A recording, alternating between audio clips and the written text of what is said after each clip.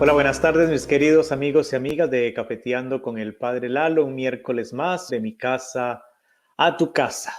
Aquí tomándome una tacita de café con este día un poquito nublado, aquí en el norte de Virginia, en Triangle.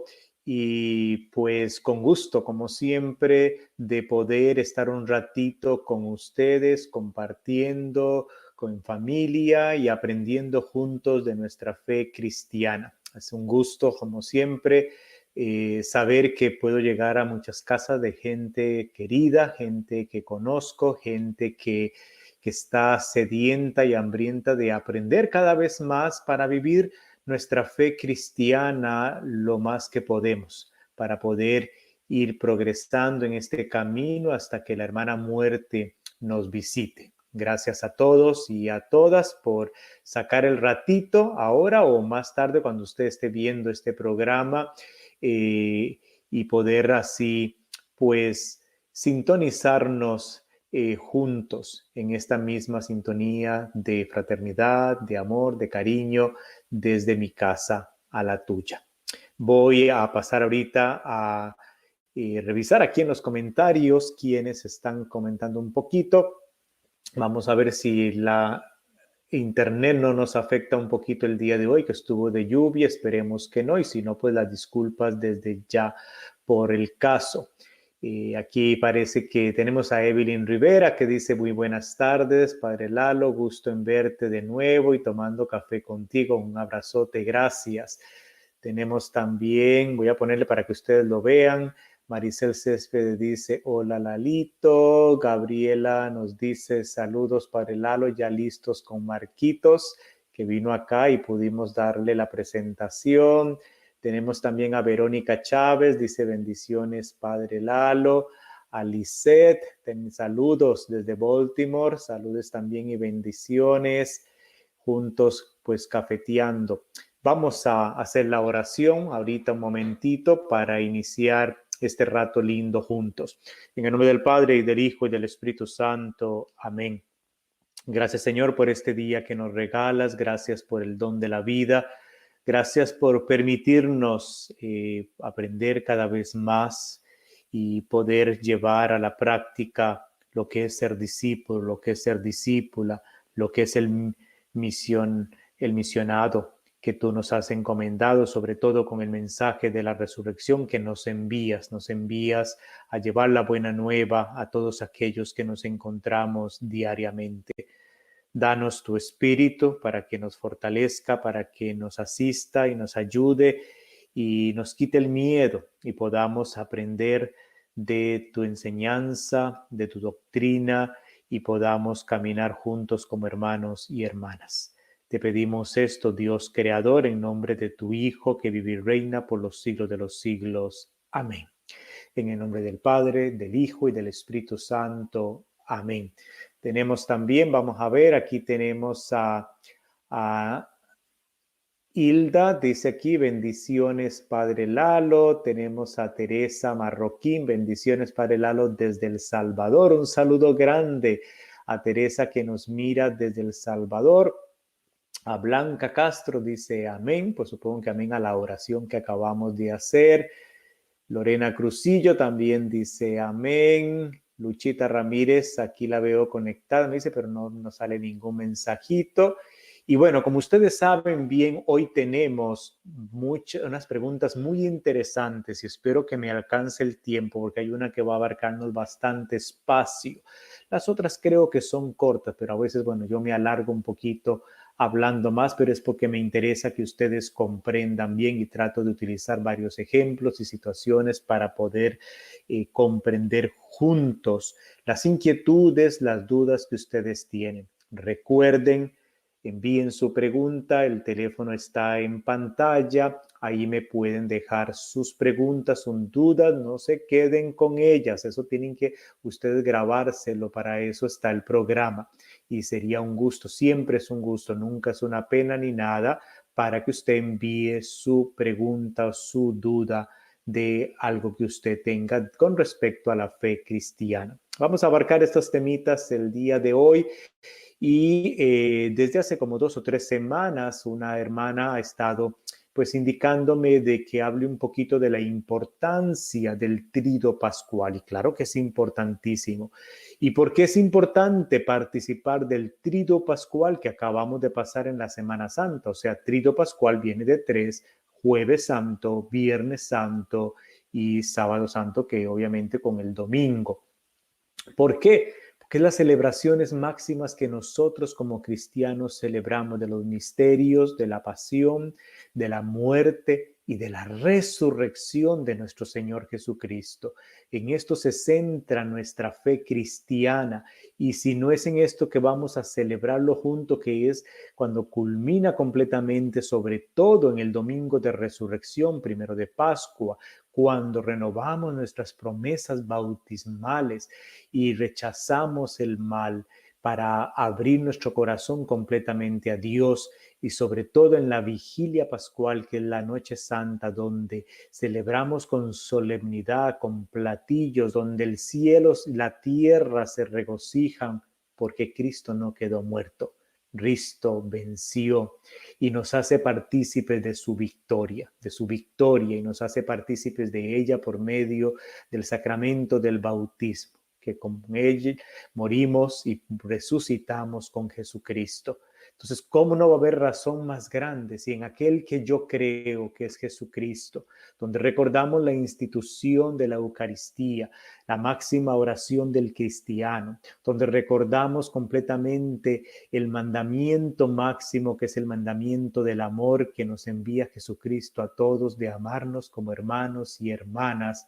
¿Cómo no celebrarlo cuando también celebramos que Él quiere no solamente que vino a encarnarse, a hacerse hombre, a hacerse ser humano, sino que quiso quedarse en un pedacito de pan, en un poco de vino para nosotros en la Eucaristía? ¿Cómo no celebrarlo? ¿Cómo no celebrar el Viernes Santo del máximo gesto de amor de Jesucristo, que da la vida por nosotros?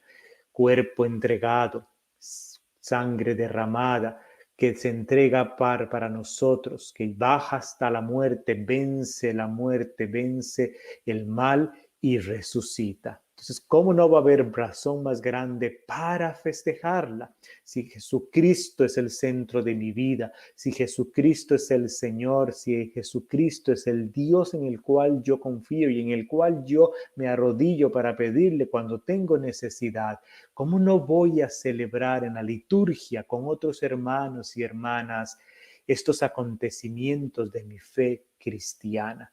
Entonces yo pensaría, si me voy de vacaciones, yo pensaría si me voy solamente a estar de ocioso y no sacar el ratito para reflexionar y para meditar en estos misterios. Había como un poquito de incoherencia si en este tiempo máximo de mi vida yo como que más bien...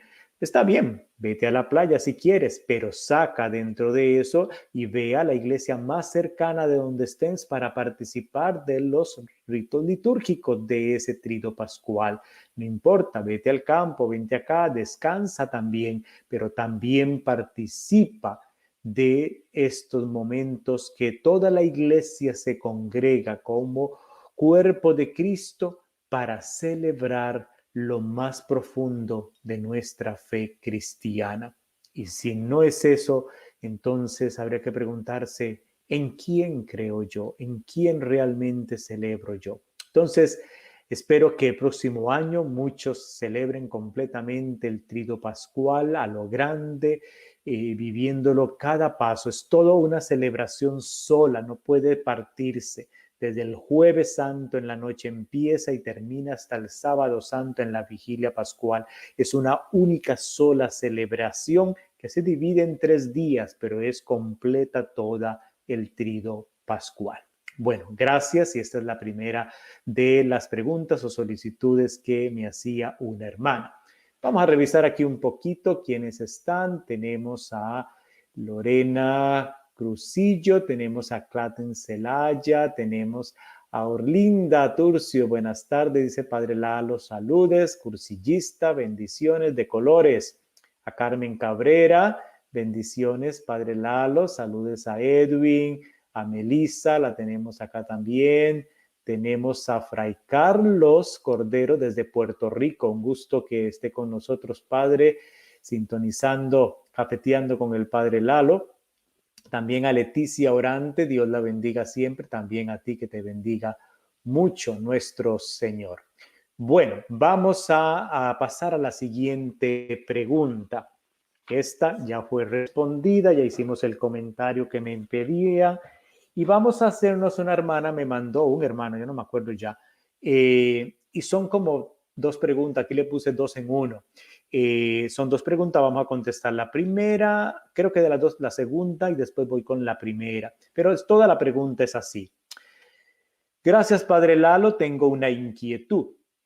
El domingo aquí en mi comunidad hicieron una actividad para los niños y es el del conejo de Pascua. No sé qué tenga de cristiano y si uno puede inculcar esa fiesta a nuestros niños. La otra es, pero no quisiera herir resentimiento de alguna persona o alguien o de aquellos que hayan recibido el sacramento del bautismo por primera vez como adultos, dice es, si una persona que ha sido bautizada como adulta en la vigilia pascual puede seguir tomando, recibiendo la Sagrada Comunión, aunque estén viviendo juntos sin estar casados con el sacramento del matrimonio.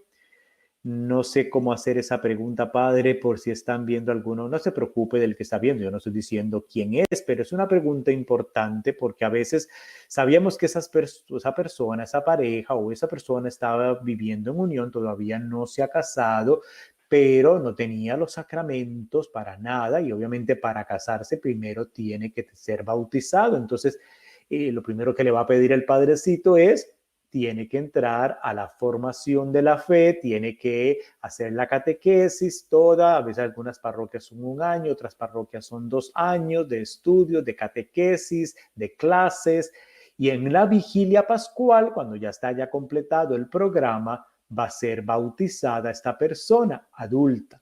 Y es lo que ha pasado en la última vigilia pascual, cuando muchos hermanos y hermanas en todo el mundo, adultos, recibieron el sacramento del bautismo. Pero resulta que después viene otro domingo o viene y tú le ves que comulga. Entonces, ¿dónde sale la duda? Pues no se ha casado. ¿Cómo está comulgando? Bueno, y surge la duda. Yo espero que la duda no sea de duda de juzgar, sino una duda de por puede o no puede. Bueno, primero, la persona que pues no tiene todavía la primera comunión, ella la obtuvo, pero está viviendo en una forma irregular. Eso quiere decir que por estar viviendo en unión sin tener el sacramento del matrimonio, de acuerdo a la doctrina cristiana católica, no puede recibir la Eucaristía. Si la recibió el día de su bautismo, porque el bautismo en ese momento perdona todos sus pecados, desde el pecado original hasta los que tenga esa persona en ese momento, y en ese mismo día recibe la Eucaristía y esa misma noche también recibe el sacramento de la confirmación. Pero ya después, si sigue viviendo en unión con esa persona, ya no puede recibir la comunión o si están todavía pueden, no, pues no sabemos, puede que hayan resultado y quieren decir, pues no, ahora a partir de esa noche que cada uno se va a ir a vivir aparte, ella se va a vivir en un apartamento, él se va a vivir en un apartamento, van a vivir la castidad hasta que puedan casarse con el matrimonio. No lo sabemos, las decisiones de ellos, eso no lo sabemos. Entonces, por eso es que hay que tener un detallito ahí de tratar de no juzgar sin saber. Pero normalmente digamos que ellos siguen todavía viviendo juntos, conviven todavía juntos, tienen intimidad juntos, no puede ella ni él seguir comulgando hasta que no obtengan el sacramento del matrimonio. Entonces ahí es donde, bueno, le tocaría, si el sacerdote los conoce y sabe que la situación y de todo, me imagino que el sacerdote después de misa le va a llamar cautelosamente, pastoralmente, con amor y le va a explicar con cariño, con caridad de las circunstancias que muchas veces es por ignorancia de que no lo pueden seguir haciendo. Y entonces es la forma. Si usted es conocido de esa persona, la conoce, es cercano o es cercana, pues puede también hacer una exhortación o consejo muy, muy, muy cercano, con mucha cautela, con mucha prudencia pastoral, porque podemos herir los sentimientos también de las personas. Y acuérdese que pues entre la iglesia y la persona, entre la conciencia de la persona y la iglesia y Dios, ni la iglesia se puede meter. En ese aspecto queda nada más. Yo como sacerdote, si le conociera o algo, al final de la misa, cuando estoy diciendo adiós y de todo, la llamaría aparte un momentito, si no después, para preguntarle, decirle, bueno, ya tú decidiste que no estás viviendo junto con o algo, y se me dice, no, todavía, oh, entonces, y llevaría y le daría el consejo o la instrucción con todo el cariño, ¿eh? Pero bueno, ese es el meollo de esta parte de la pregunta. De la primera parte, es que este cafecito está tan delicioso.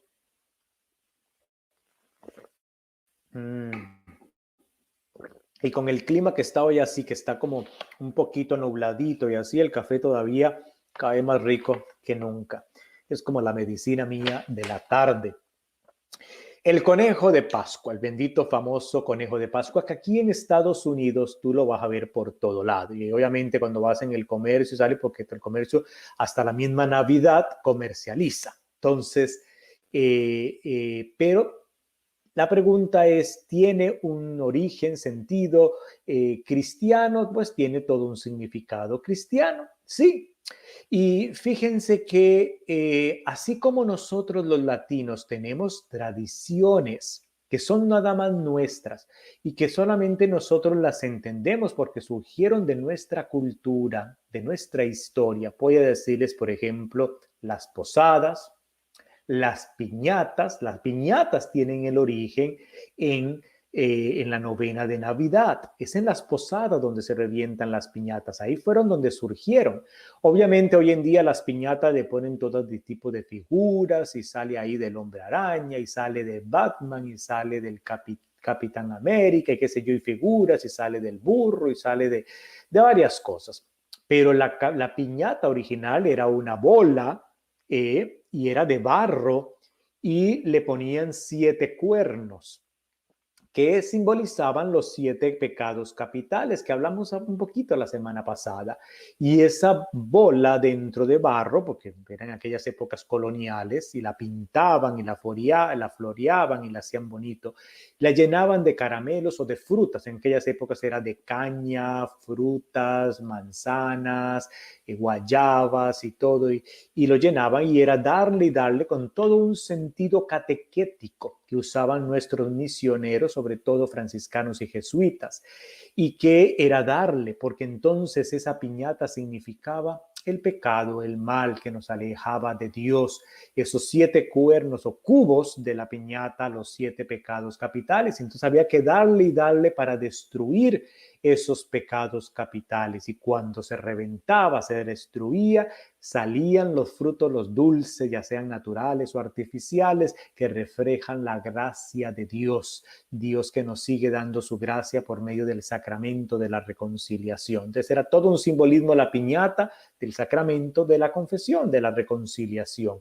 Y pues hoy en día se utiliza en los cumpleaños, en la fiesta, no con un sentido religioso, pero de ahí salió todo el origen de esto con un sentido religioso, no es pagano, es religioso el sentido que surgió de la piñata, por ejemplo. Entonces, de la misma forma, la tradición de lo del conejo y los huevos pintados en Pascua, es una tradición antiquísima que viene desde la cultura anglosajona del norte de Europa. De ahí viene esta tradición que inclusive, sobre todo en Alemania, que existía ya desde antes de la época cristiana, que se utilizaba el conejo como el sentido de fertilidad. Y era utilizado sobre todo en una festividad que se le hacía a la diosa Easter, que era la diosa de la fertilidad, de la abundancia, de la productividad. En abril, pues la primavera, y donde todo nace, donde todo surge, de la nueva vida, y esa tradición, pues que era primero pagana, se cristianiza. Y entonces ya viene desde ese sentido un poquito por ahí, pero siempre el conejo ha tenido ese simbolismo de fertilidad. Entonces, desde ahí empieza un poquito esta tradición de utilizarse el conejo con el sentido de una nueva vida, de los frutos de la vida. Y la resurrección no es más que la fiesta de la vida, la fiesta que solamente Dios da, una vida abundante que surge de la resurrección que es vida, vence la muerte, y que solamente Dios nos da Jesucristo, un Jesucristo que nos participa de su resurrección, de vivir una vida completamente plena en Dios, en nuestra vida, en nuestro corazón, en nuestras familias. Entonces, el conejo, este signo de vida, de fertilidad, de gozo, tiene mucha relación con la Pascua. Entonces, de aquí surgen también otros tipos de leyendas para explicar estas tradiciones tan antiguas de miles de años. Y una de ellas es que en la época cristiana, los primeros cristianos, siglo III, acuérdense cuando hemos hablado un poquito del sentido penitencial en la cuaresma que se viene dando en el siglo II, siglo III de los cristianos, se dejaba en la cuaresma de comer huevo, porque el huevo viene del fruto de la gallina. Entonces acuérdense que no solamente no era solo comer carne, sino también aquellos frutos que provenían de estos animales, y el huevo era uno de ellos. Entonces en la cuaresma no se comía huevos, y la mayoría de las personas antes de la carne lo que más tenían son huevos. Las gallinitas que teníamos en el campo era lo que se tenía, y lo que se alimentaban, la proteína que recibía, eran de los huevos de las gallinitas. Y entonces dejan de comer obviamente eso dentro de la cuaresma, y llega la Pascua, pues la Pascua, bendito Dios, ahora hay que comer los huevos. Entonces era una tradición, dicen las tradiciones que vienen, de que los vecinos se intercambiaban pues huevos como regalos del festejo de celebrar la Pascua. Y entonces yo me imagino un poquito como cuando en Semana Santa, al menos en Costa Rica, y yo sé que en otros países también, que están las tradiciones de ciertas comidas durante la Semana Santa y se dedican a hacer. En Costa Rica es las empanadas de chiverre. Chiverre es una fruta que parece una sandía, pero no es sandía, y de ella se hace una miel con esta miel de caña, y se hacen unas empanadas deliciosas que, bueno, yo tengo años de no comerlas. Y las empanadas de chiverre, también se hacen bizcochitos, se hacen unas galletas, se hacen unas croquetas, cositas para solamente que se hacen en la época de Semana Santa. Y entonces la vecina le lleva al vecino, el vecino le lleva a la otra vecina, y se intercambian las comidas. Era tradición de regalarle como festejo de felices Pascuas, regalar de mis huevos a los otros huevos. Y también entonces los huevos en cuaresma, como no estaban comiendo, les untaban una cera para protegerlos. No había refrigeradoras como hoy en día, y utilizaban una cera para proteger el huevo, para que se mantuviera un poquito más de días, para cuando se terminara la cuaresma, todavía esos huevos se pudieran consumir, se pudieran comer. Entonces, de la tradición un poquito de los egipcios que pintaban los huevos. Los egipcios utilizaban esa tradición de pintar los huevos. Dice una leyenda que una persona se le dio por ahí de pintarlo, y entonces los huevos que regalaba eran pintados, siguiendo esta tradición que tenían los egipcios. Entonces los huevitos que estaba regalando a su vecino o su vecina ya no iban nada más así pelados, sino que ya iban decorados, pintados.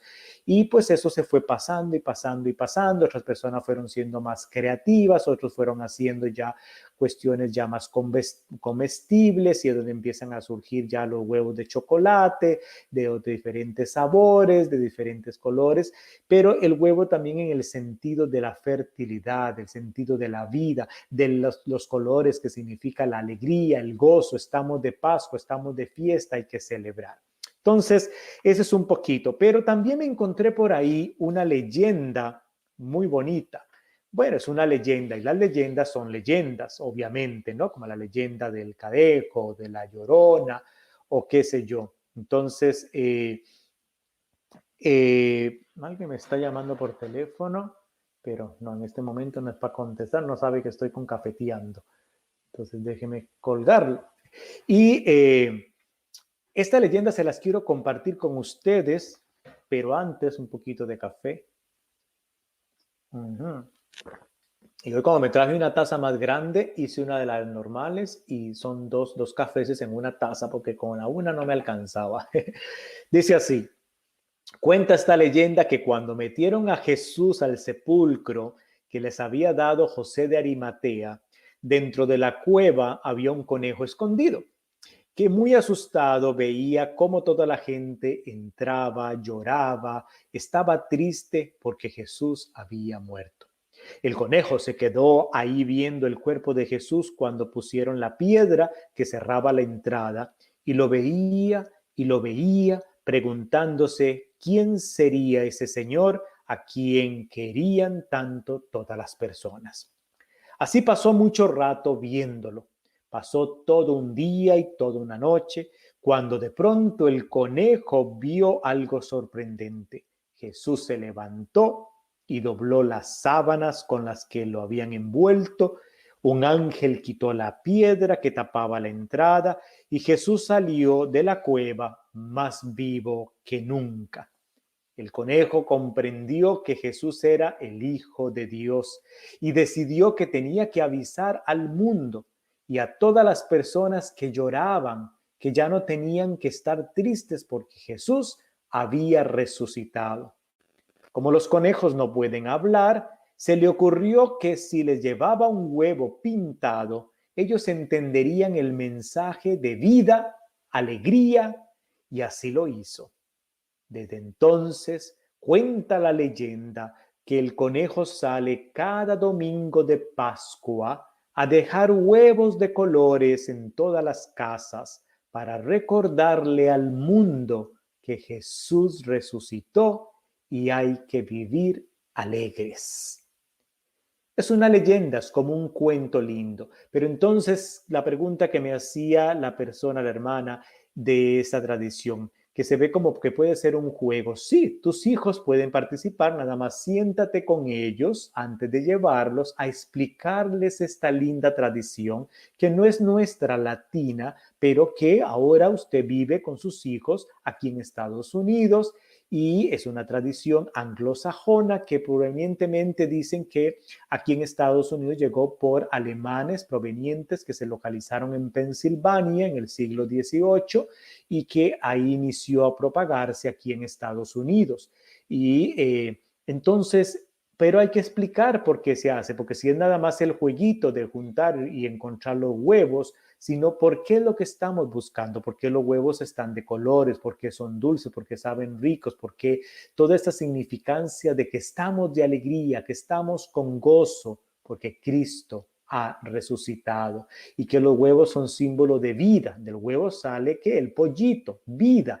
Y entonces queda Jesús resucitado, vida. Entonces, todo este significado, cuando lo explicamos a los niños, ellos se comprenden y estamos catequizando. Entonces, no es solamente celebrar y hacer y todo, sino entender el porqué, explicarlo a los niños y participar con ellos y seguirlo inculcando. Es una forma de catequesis y los niños van a recordar eso mucho más que otra cosa. Como el ejemplo que les hacía de la piñata. Quieren saber de la cuestión del pecado, de cómo destruirlo, explicar el sacramento de la reconciliación a tu hija, a tu hijo. Usa lo que hicieron nuestros misioneros cuando vinieron a América, la piñata, para explicar el sacramento de la reconciliación, para explicar la gracia que Dios nos da, de cómo destruir el pecado y todo eso, con la piñata, imagínate. Entonces, de la misma forma, explicar el gozo, la alegría de la resurrección de la Pascua por medio del conejo y por medio de los huevos pintados, es una excelente metáfora para utilizarlo para que los niños entiendan lo que ya estamos celebrando y sobre todo ahorita en la Pascua. Entonces espero que allá comprendan y que el próximo año no lo vean como una cuestión así pagana ni una cuestión, es cristiano, no de tradición de los latinos, pero sí de la tradición anglosajona, desde el norte de, que aquí en Estados Unidos llegó por los alemanes y que ya desde allá, desde antiquísimo, desde muchísimos siglos, ya en el siglo XVII y XVIII, se celebra esa tradición de la figura del conejo y de la figura de los huevos en la época litúrgica de Pascua. Muy bien. Bueno, entonces con esa preguntita, ¿quiénes tenemos por aquí? Vamos a ver. Tenemos aquí, dice Florentina, buenas tardes, padre, escuchándolo desde Fredericksburg, muy importante explicación. Sonia Maldonado dice, padre, muy buenas tardes. Vilma Guevara, padre Lalo, paz y bien. Alicia Chicas, bendiciones, presbítero Lalo. Preciosa leyenda, dice, sí, muy linda, para que la utilicen con sus niños, hermosa leyenda, también dice Evelyn Rivera, puertorriqueña, y Teresa Marroquín, desde El Salvador, habíamos dicho, gracias, María Césped, buena explicación. Bueno, vamos a continuar, pero el café, que no se me olvide, porque está tibiecito, ya está casi que se me va a enfriar. Viene otra pregunta, que fue como en el título que se puso para el episodio, y voy a acomodarme yo más aquí en mi sillita, en mi mecedora, que la amo sobre todas las cosas. Y viene esta pregunta, es un poquito larga, vamos a ver para que ustedes la entiendan. Te pongan atención. Dice, la otra amiga dice que ella se da cuenta que ese esposo no se confiesa. Dice, ok. Esto fue porque una persona me mandó dos preguntas de unas amigas, que las amigas no se atreven a mandarme la pregunta, como si yo fuera un ogro. Entonces ella les hizo el favorcito de mandármelo. Entonces dice, ella cuenta, dice que su esposo no se confiesa seguido y siempre comulga. Y ella le pelea al esposo que no lo haga, pero, o sea, el comulgar, que no comulgue. Pero resulta que el esposo conversa con el sacerdote, donde ellos asisten a misa, y el sacerdote le ha dicho al esposo de ella que no es necesario confesarse tan seguido, que él solito le puede hacerlo con Dios. Bueno, yo no sabía que ponerle en duda si el sacerdote le dice eso. Bueno, ahorita vamos a hablar de eso. Y ella que cree que no es así correctamente, que debe de confesarse más cuando sabe que se pelean mucho ellos dos, y entonces que sabe de que pues tiene que confesarse porque hay pecado ahí, porque pasan peleando, dice. Y ese es un pleito que tienen entre ellos dos. Ella que se confiesa regularmente y él que casi nunca se confiesa, pero aún así comulga. Y pues todavía que ellos son servidores, parece que está así, dice, y el sacerdote le dice que puede confesarse como cada 6 meses sin querer confesar, y que a veces pasa hasta 6 meses que no se confiesa, y dice, y sirven en un ministerio dentro de la parroquia, son lectores, y ella ya no quiere participar, ejercer ese ministerio, porque dice que como pasa peleando con él por ese aspecto, siente que no es correcto ella servir. Bueno, dice aquí tiene ya 2 preguntas y y le agradezco mucho, cuídese mucho, reciba un saludo y de las personas que lo mandan. Bueno, entonces vamos a responder una pregunta. Y entonces yo lo resumí así en una pregunta, ¿cada cuánto debe uno confesarse? Bueno, ¿qué nos dice la iglesia? ¿Se acuerda usted que cuando uno estaba en catecismo siempre nos enseñaban, obviamente, los 10 mandamientos de Dios? Amar a Dios sobre todas las cosas, no jurar en nombre de Dios en vano, santificar las fiestas, honrar a padre y madre, los 10 mandamientos. Y también tenía uno que aprenderse, y existen todavía y están, que son los mandamientos de nuestra madre iglesia, que son 5. Y dentro de estos 5 mandamientos de la iglesia, el número 2 es con respecto al sacramento de la confesión. ¿Y cuál es este segundo mandamiento de la Madre Iglesia? Dice, confesar los pecados graves cuando menos una vez al año, en peligro de muerte y si se ha de comulgar. Si yo voy a comulgar y tengo pecado grave, debo de confesarme. Si yo, por lo menos dice mínimo una vez al año, o si estoy en peligro de muerte, debo de acercarme al sacramento de la reconciliación. Es lo que dice para ir perfeccionando mi vida, y confesarme con frecuentemente, dice, es uno de los mejores medios para ello. Mira, ¿cuándo debo de confesarme? Cuando tú necesites que tienes que confesarte. Si sabemos que tengo pecado grave, debo de acercarme al sacramento de la confesión para recibir gracia de Dios. Recuerden que pecado grave son 3 requisitos, lo hablé la semana pasada.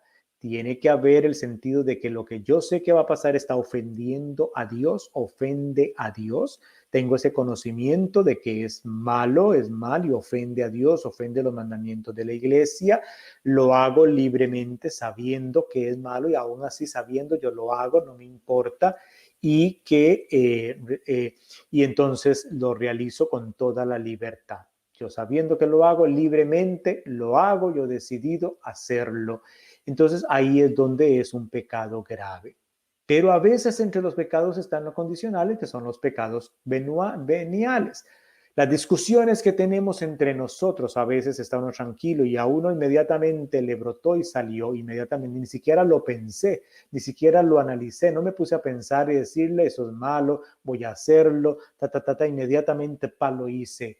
¿Es pecado grave? Pues ni siquiera lo he reanalizado. Inmediatamente alguien me dijo algo, inmediatamente yo respondí y se armó ahí la discusión y ya peleamos, pero después de que hubo la discusión yo reconozco y dije, eso estuvo mal, esto que hice está mal.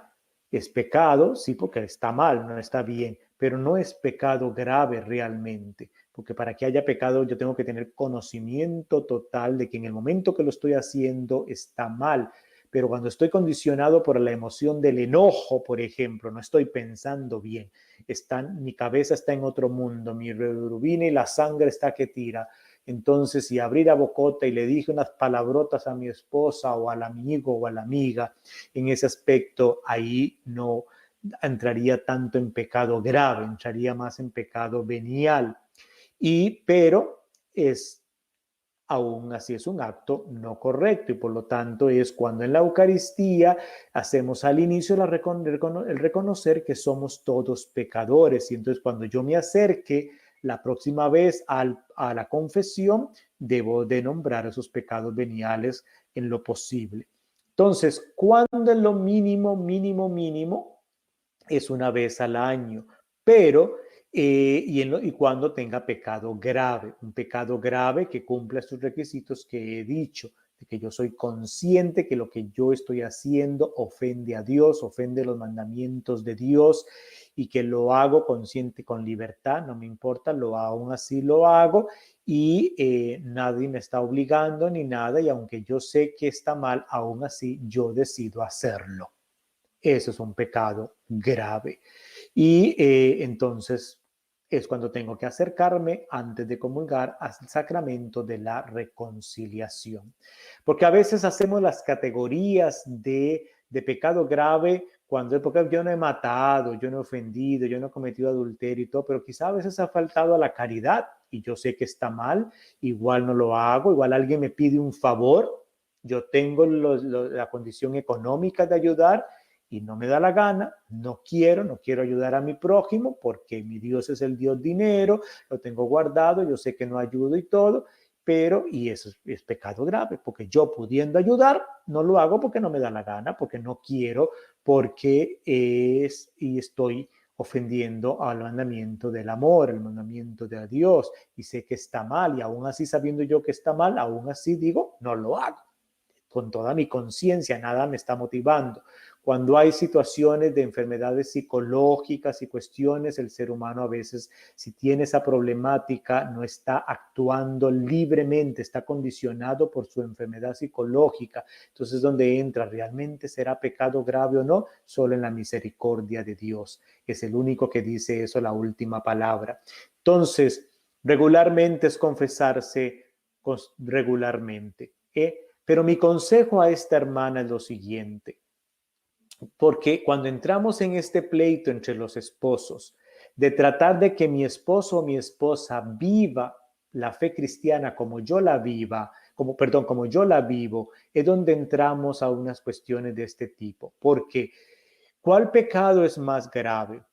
El que él, porque pasa discutiendo por eso, que no vaya a confesarse y comulgue, o el que yo, por estar viendo que él comulga, estoy juzgando de que él comulgó.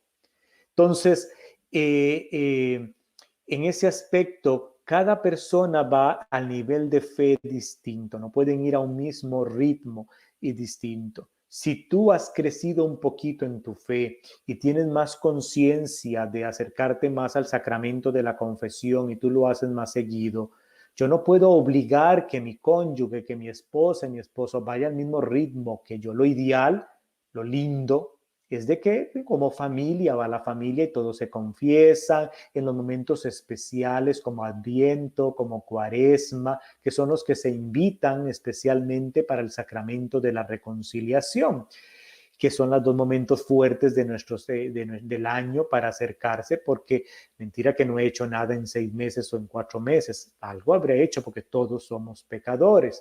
Pero no puedo andar yo como policía de mi esposo. Yo no puedo andar como policía de mi esposa. Eso me pierde mucha energía y me pierde también el enfocarme a yo crecer y practicar mi fe cristiana y sobre todo la caridad.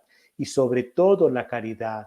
Entonces, vive tú tu fe cristiana. Si tú estás llamada y sientes que necesitas ir a confesarte, ve tú y confiésese tú, pero no tienes por qué obligar a tu esposo y a tu esposa. Ora por él para que él algún día llegue a crecer un poquito, quizá en el nivel que tú has crecido y vea que él realmente ha hecho algún pecado o algo, porque es algo muy personal.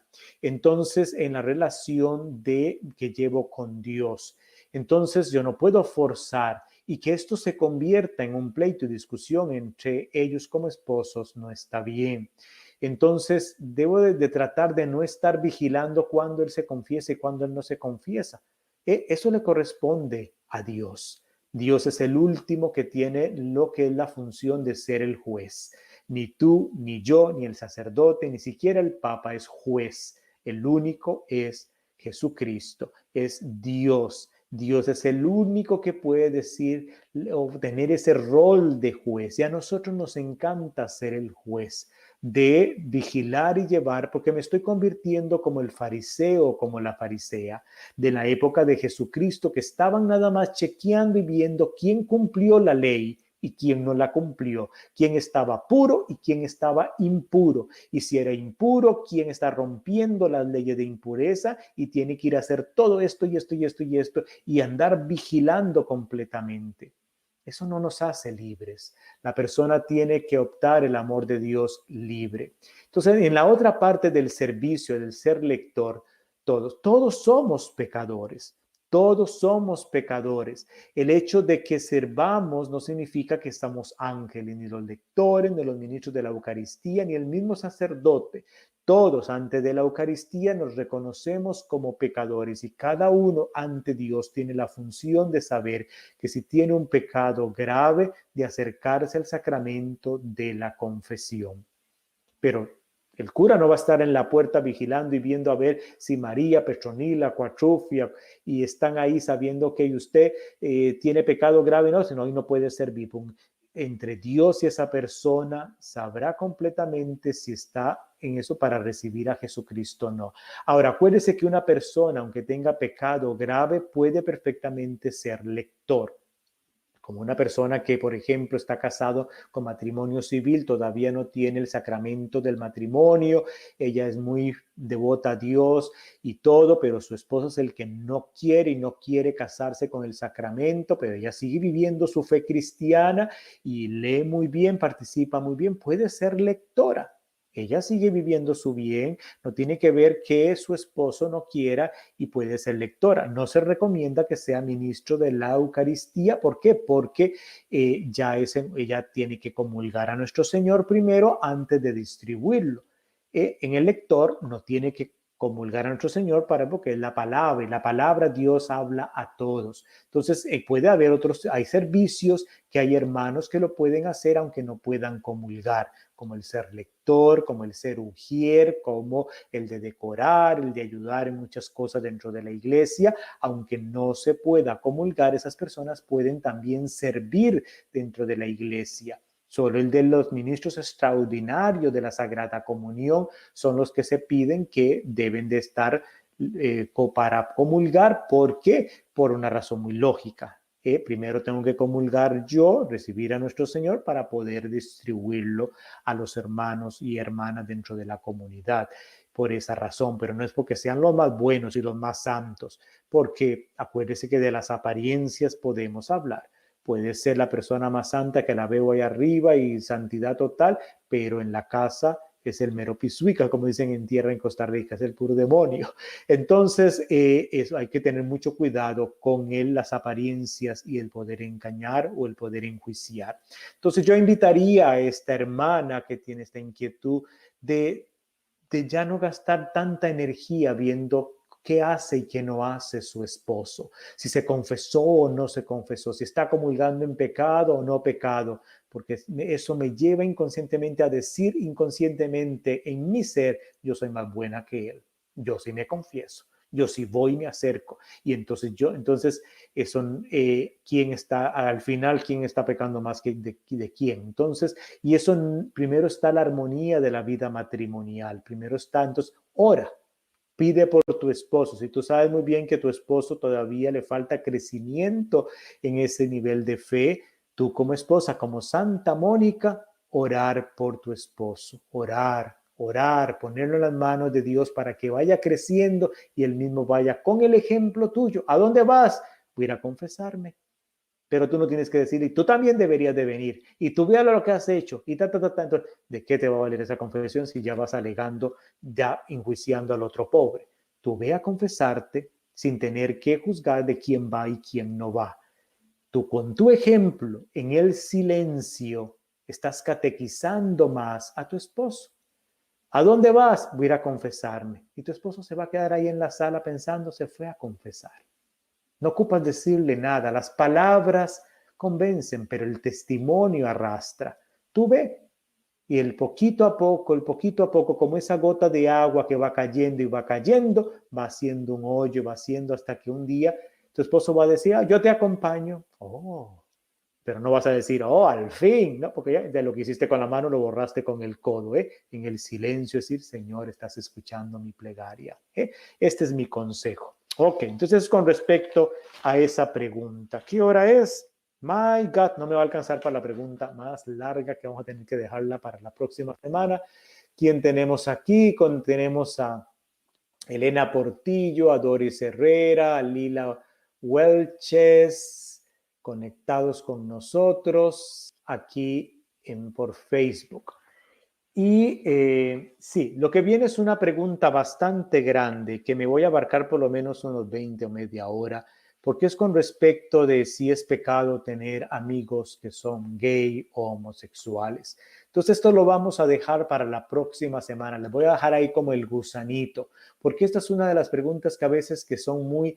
que son controversiales en nuestra vida cristiana y del mundo de hoy, y que es importante conocer, es importante saber. Entonces, no voy a poder contestarla el día de hoy porque quiero abarcar un poquito más sobre esta temática y siento que necesito tiempo y no quiero hacerlo en la carrera. Y ustedes pueden decir, pero padre, no importa que se pase 20 minutos del programa o 10 minutos del programa. Sí, pero debo de salir a las 5 en punto para ir a ayudar a una parroquia que prometí que voy a ayudar a ir a confesar el día de hoy, vecina nuestra acá, que confiesan todos los miércoles y dos de los padres están de vacaciones y me han pedido si puedo ir a ayudar con las confesiones en español y ya me comprometí.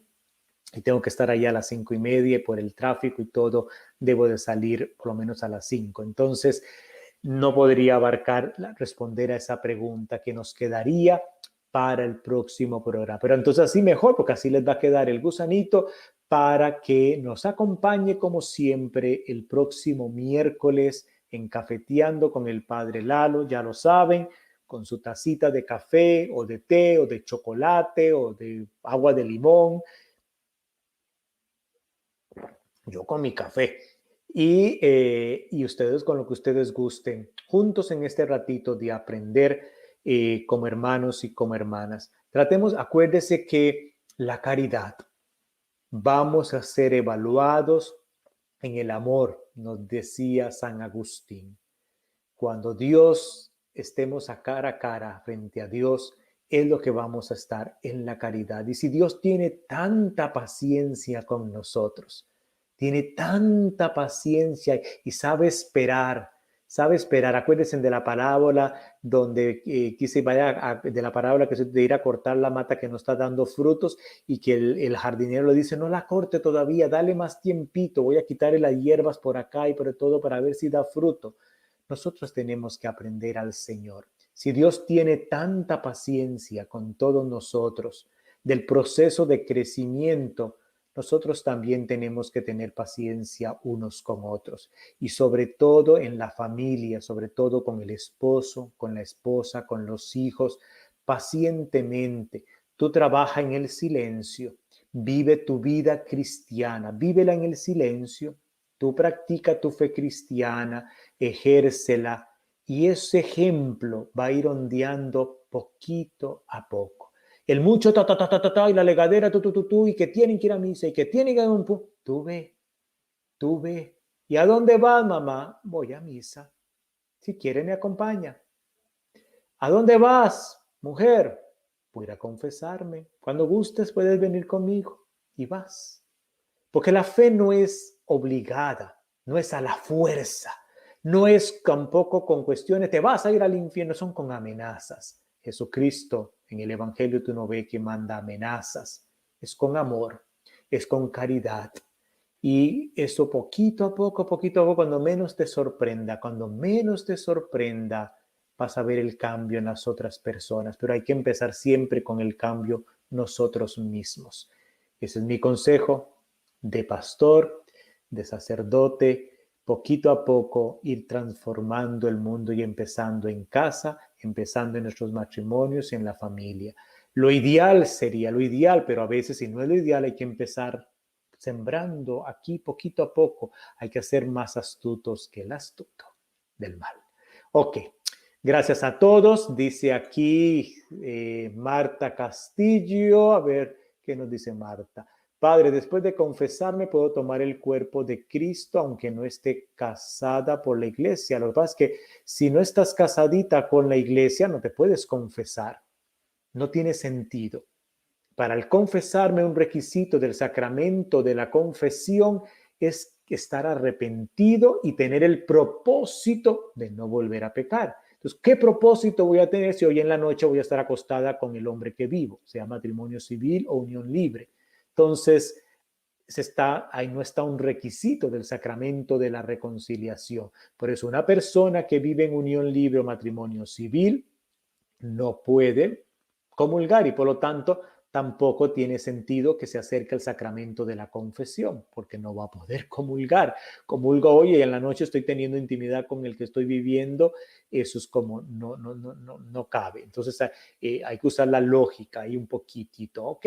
Lo bonito es ver cómo hacer para que se acerquen al sacramento del matrimonio. ¿Qué hacer? ¿Qué podemos trabajar un poquito quizá para que ese marido, si no quiere, pueda poquito a poco el de convencerse de que es un regalo de Dios y que lo quiera abrazar y lo quiera utilizar? Entonces hay que tener ese cuidadito un poquito. Y bueno, María Alejandra dice, genial, hoy aprendí a mirarme y después al lado, gracias. Yesenia Ventura, gracias. Maribel Castillo, también de aquí de Triángulo, Teresa Velado, y pues incline su cabecita para recibir la bendición. Vamos a poner la taza por acá. Que Dios me les bendiga y les guarde, les muestre su rostro y les conceda la paz. En el nombre del Padre, del Hijo y del Espíritu Santo, reciban la bendición de Dios. Quedan en casa, un gusto de haber estado con ustedes. Cuídense mucho, un abrazo virtual y compartan con sus amigos, manden el WhatsAppazo del programa para que más personas se beneficien y podamos juntos seguir aprendiendo de nuestra fe. Hasta luego, cuídense mucho y aquí pues como yo tengo que hacer lo mismo todo, déjenme poner el último mensajito de agradecimiento. Cuídense mucho, ¿eh?